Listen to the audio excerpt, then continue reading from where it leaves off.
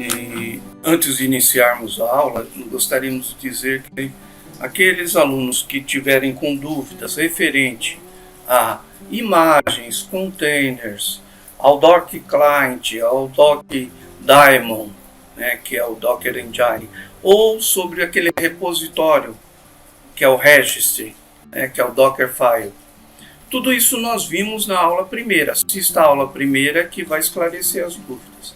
Também sobre o comando pull, comando push. O pull é para baixar a imagem, o push é para subir a imagem. O run é para executar uma imagem, instanciar um container, né? E o build é para criar uma imagem própria. Tudo isso nós vimos. Inclusive no build a gente viu o Dockerfile, que é um arquivinho que a gente cria, dizendo qual é a imagem, toda a configuração da imagem, e ele tem que começar com a letra maiúscula e não pode ter extensão nenhuma esse arquivo. Tá? Nós vimos também sobre máquina virtual, o hypervisor, e vimos que a virtualização no Docker não é a mesma coisa de que máquina virtual. É diferente. O mesmo sistema operacional que roda o Docker, roda a imagem do Docker, o container, ok? Não tem hypervisor. Então, não é virtualização de máquina, é virtualização de recurso, é diferente. Nós não criamos uma máquina virtual para pôr o Docker lá dentro, só em situações extremamente específicas. Nós rodamos o Docker embaixo de um sistema operacional. No caso aqui eu estou usando uma máquina que tem Ubuntu e roda o Docker lá. Bem, mas nós vimos também que as imagens são voláteis, né? Que se eu quiser guardar alguma coisa dentro, na execução da minha imagem, eu tenho que criar um volume. Mas nós fizemos isso, mas ficou alguma coisa, não ficou legal. Então eu queria voltar aqui só um pouquinho na aula passada, que nós criamos o meu Alpine, tá, versão 1.9, ok? Ok, então eu vou rodar aqui o Alpine de novo, só para ficar um pouco mais claro para a gente sobre o volume. Perdão, aqui vai dar problema. Vamos listar a imagem. A Alpine, é a 0AD, ok? A imagem é a 0AD, 0AD, ok? Sudo Docker run menos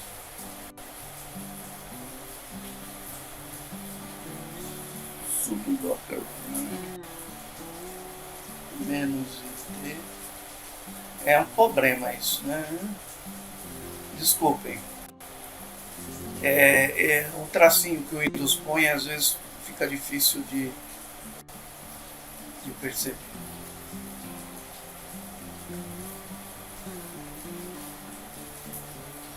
Bom, eu vou fazer assim que fica melhor. Tá? Bom, ok, nós estamos lá. LS.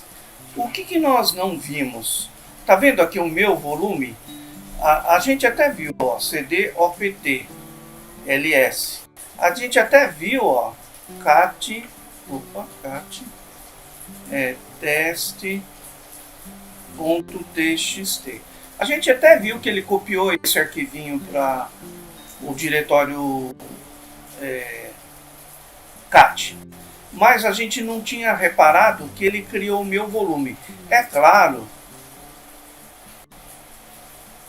que o meu volume está vazio, porque nós não criamos nada. Mas ele criou, ok? O meu volume. Ok? Foi para mostrar para vocês que ele criou o volume onde ele ia guardar as alterações, ok? Vamos dar um CD novo, que era a pastinha onde a gente criou, e vamos dar um, né, no Docker, ó, tem que ser com a letra maiúscula, file sem extensão. Mas escreve certo que funciona. Dockerfile, tá vendo? Ó? Ele pediu para criar um volume chamado meu volume, e é o que nós acabamos de ver que ele realmente criou, ok? Aí nós vamos poder seguir então aqui em tranquilidade. Bom, ok, vamos voltar ao nosso ponto aqui. Então nós estamos falando que criamos vários containers e nós precisamos orquestrar esses containers. Para orquestrar o container, eu tenho o Docker Compose. Nós falamos do entry point. O entry point é o começo da instanciação, é onde eu vou começar a fazer toda a instanciação. E eu tenho o endpoint também, que depois nós vamos falar.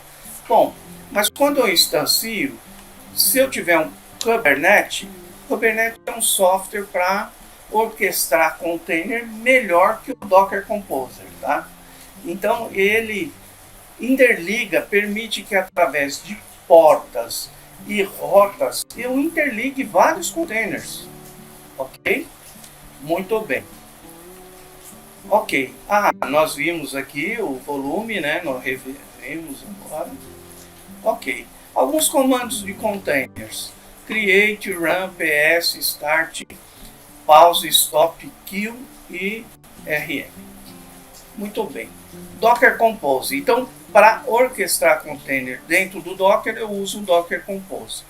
O Docker Compose, ele cria ambientes com SQL Server, com PostgreSQL, com MySQL, enfim, com diversos bancos de dados, tá?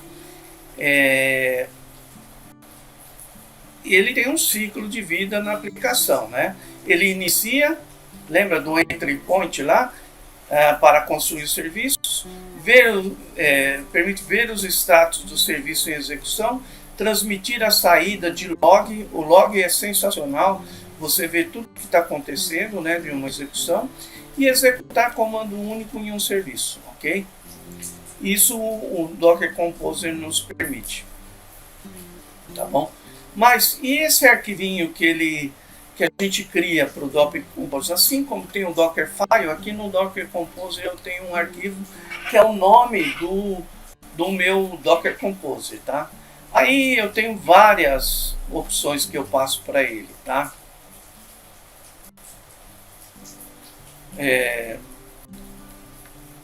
Dicas para você trabalhar com Docker Compose: divida o aplicativo em serviços, tá? Construção de imagens, né?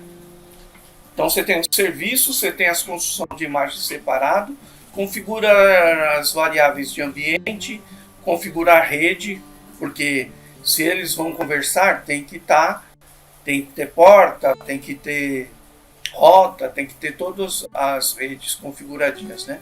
Configurar os volumes também, onde ele vai fazer as atualizações, e o build de execução. Ok.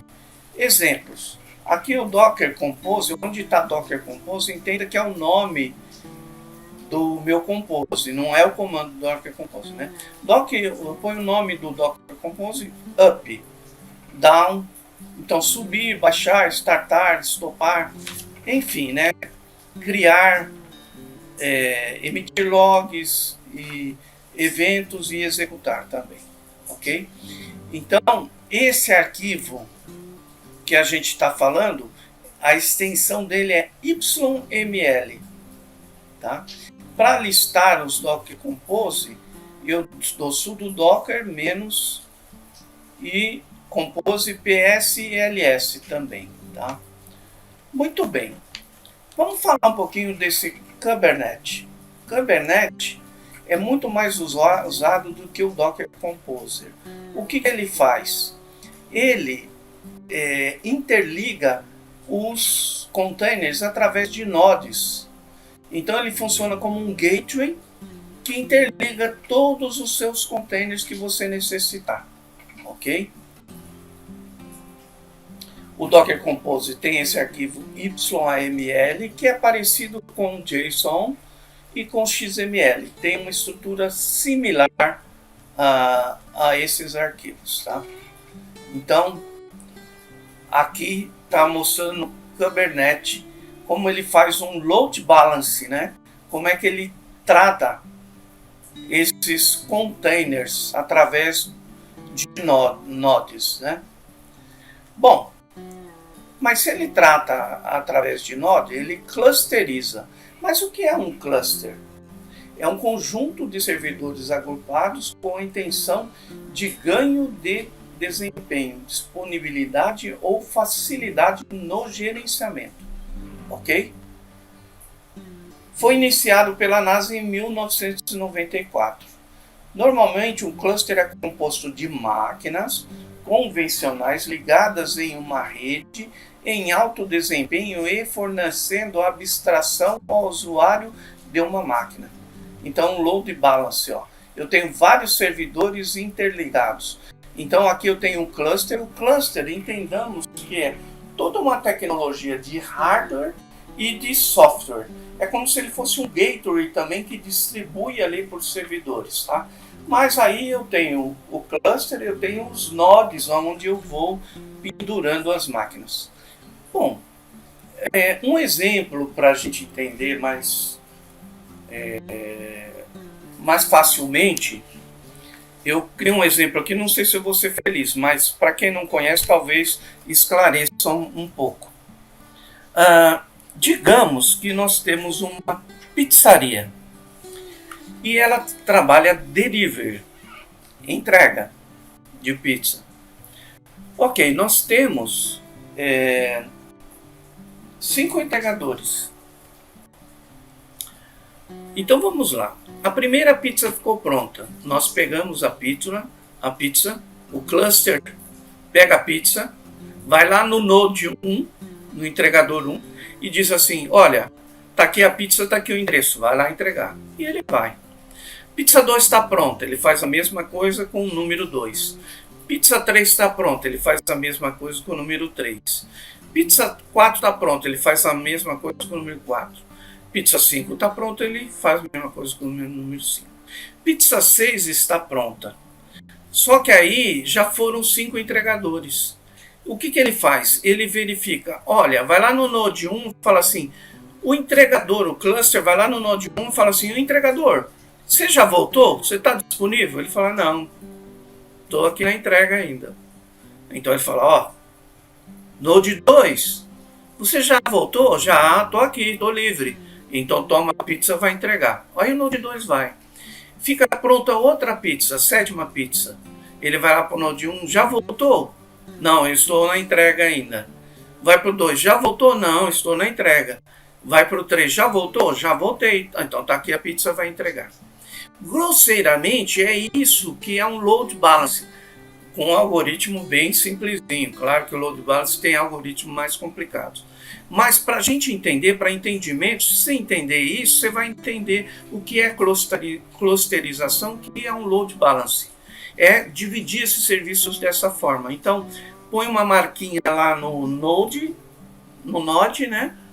Tá livre ou não tá livre? Os que tiver livre, você passa serviço. Não tá livre, não passa serviço. Ok?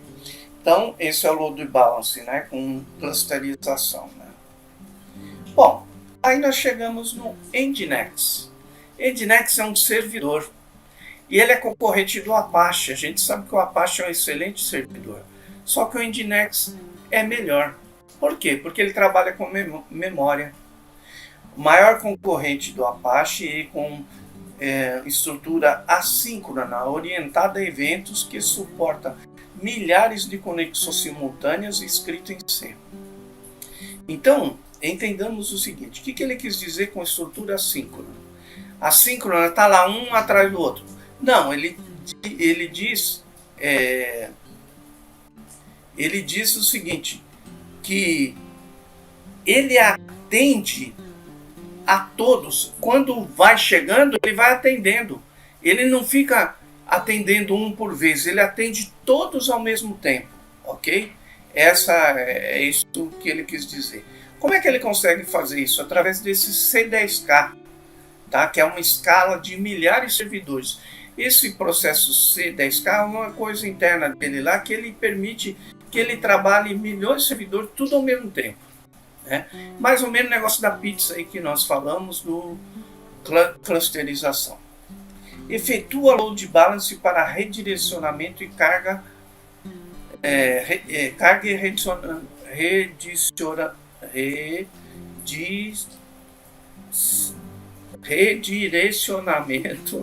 do endereço. Desculpa.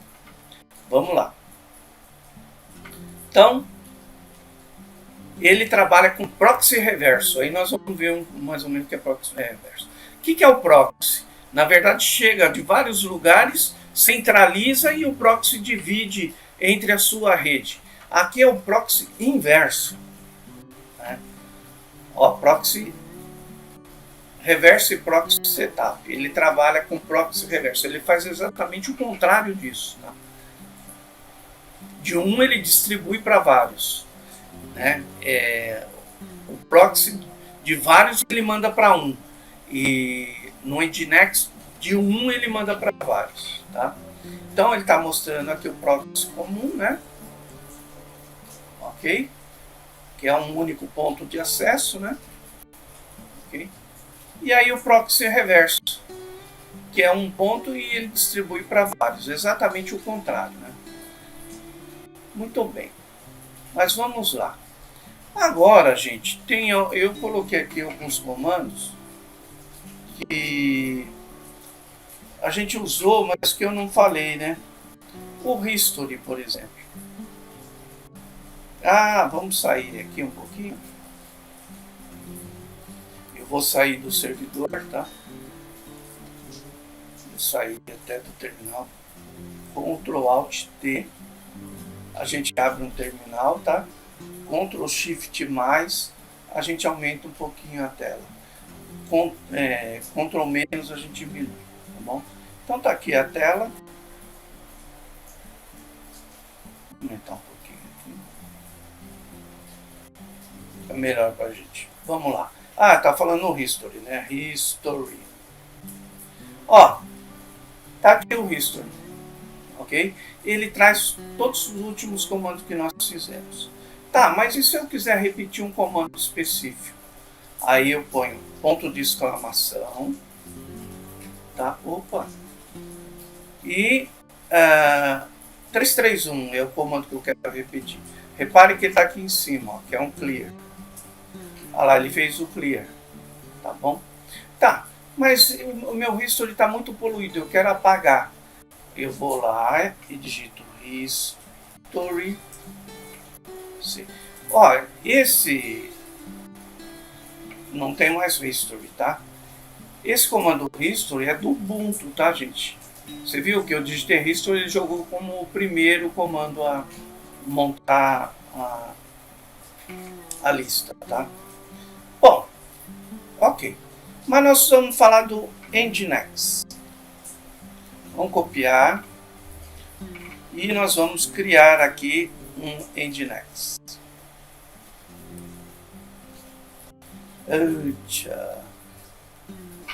Ainda bem que, porque não dá para ver direito aqui. Agora não foi isso não. Ele substitui, né, o menos por uns tracinhos. Pronto, ele criou. Sudo docker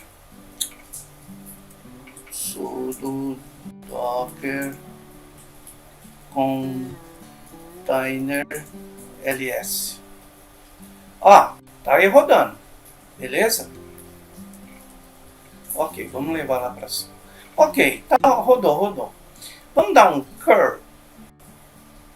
O curl. O que ele faz? O curl. Ele vai mostrar para nós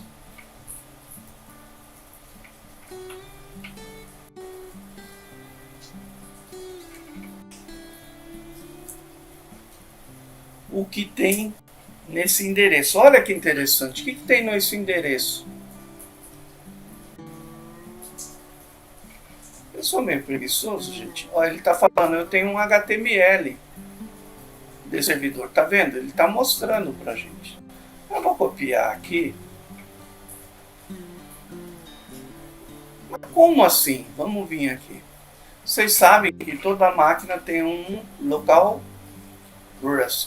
host, né? Então, aqui nós vamos fazer o seguinte. Colar. Localhost 8080. Olha que interessante, ele está rodando o Nginx. O servidor que nós criamos está aqui, está disponível para a gente trabalhar. Olha, bacana, né? Legal. Bom, vamos ver agora. Está rodando. Ctrl+T. Ah, então, ele está falando aqui do sudo cat. Tá? Vamos ver isso aqui também. Por quê?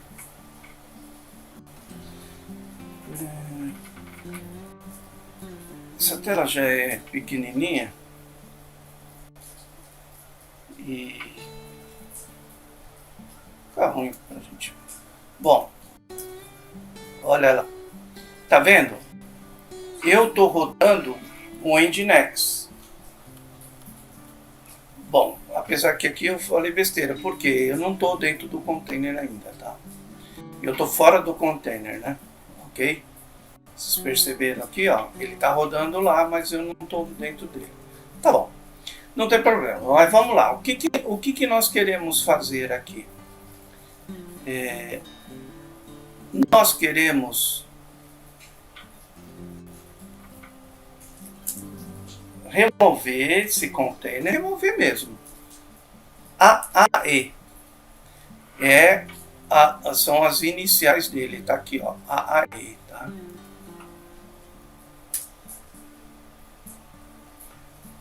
Ele falou, ó, não consegui remover porque ele tá rodando. Então vamos dar um "-f", um force. Opa, agora ele falou, eu consegui remover. Mas peraí, será que ele conseguiu mesmo? A gente não estava aqui e ele deu um come? Agora eu vou fazer o quê? Vou dar um F5 aqui para ele atualizar. Opa, ele falou, ó, não tenho mais esse servidor rodando não. Por quê? Porque a gente removeu o container que estava rodando, tá? Então ele não está mais aqui. Nós vamos montar um curso de Nginx, tá? Mas aqui é só para entendimento. Assim como o Nginx, nós temos o Redis. Seguindo, então, dando sequência, nós vamos falar um pouquinho do Redis. Tá? O Redis é um banco de dados que trabalha em memória e trabalha com muitos servidores. Ele roda no Amazon Web Service, roda no Google Cloud e no Microsoft Azure. Tá? Cada uma delas tem o Redis. Né? Como dissemos, ele é um banco de dados que roda em memória. Além de rodar em memória, ele aceita muitos servidores. Tá? Então, aqui ó, a internet das coisas, a internet ele faz o load balance para os servidores. Então, ele, por performance, por trabalhar em memória e por trabalhar com muito mais servidores. Tá? Eu coloquei aqui, é claro que qualquer imagem que você montar roda dentro de um container no Docker, tá? Mas eu coloquei o Redis e eu coloquei também o Node, tá? Que o Node também é interessante para a gente ver. A gente está montando aqui o curso de JavaScript, de Node e de Redis. São esses que nós vamos fazer os próximos. Mas o Node seria o JavaScript fora do browser, tá? Fora navegador. Então o JavaScript roda embaixo do browser, dentro do browser. O Node roda fora, com os comandos de JavaScript e mais alguns. Então nós vamos montar esses cursos, tá? Que serão os próximos e nós convidamos vocês. Mas por hoje é só. Nós vamos ficar por aqui, mas nós aguardamos vocês nas próximas aulas. Boa sorte, bom estudo.